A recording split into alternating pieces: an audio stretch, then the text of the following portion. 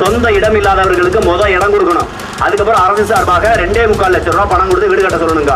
ரெண்டையும் ஒரே நேரத்தில் செய்ய மாட்டாங்க. நீங்க எடுத்த உடனே ஆன்லைன்ல பிரதம மந்திரிக்கு வீடு கட்டும் திட்டத்தின் மூலமா அனுப்பி எங்களுக்கு சொந்தமா இடமும் இல்ல வீடும் இல்லைன்னு தயவு செஞ்சு மனு கொடுங்க. ஐயா, காவல்துறை அதிகாரிகளுக்கு இதுவரைக்கும் நாம் தமிழர் கட்சி மட்டும்தாங்க ஐயா. எல்லா துறையிலும் காவல்துறை அதிகாரி தாங்க எங்களை எல்லா வகையான கொடுமையிலும் நடத்துறாங்க. ஆனா உங்களை மாதிரி அன்பான காவல்துறை அதிகாரிகள் இருக்காங்க. இந்த இடைநிலையில கடைநிலையில இருக்கீங்க பாத்தீங்களா, நீங்க எப்பவுமே நியாயத்தின் பக்கம் நிப்பீங்க. ஏன்னா உங்க கையில அதிகாரம் இல்லைங்கய்யா. ஒருவேளை உங்களோட உயர் அதிகாரி சிவசங்கரை தூக்கி மிதிரான வேற வழியில மீசிட்டாங்கன்னு அடிச்சுட்டாங்க. என்னை மட்டும் இல்ல, நீங்கள் பெற்ற பிள்ளையவோ அல்லது உங்களை பெற்ற தகப்பனையோ அடிக்கணும்னு சொன்னா நீங்க அடிச்சாதே உங்களுக்கு அந்த யூனிஃபார்ம் வேலை. உங்க உயர் அதிகாரியை சொல்றதையும் கேட்கணும்.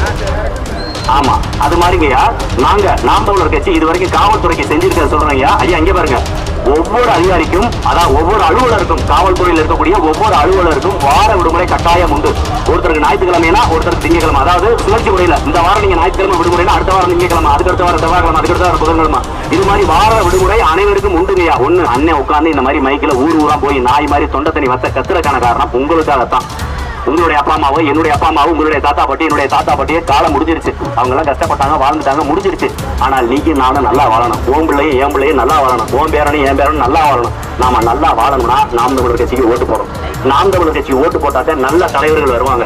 நல்ல தலைவர்கள் வந்தாதான் நாட்டுக்கு நல்லது செய்ய முடியும்.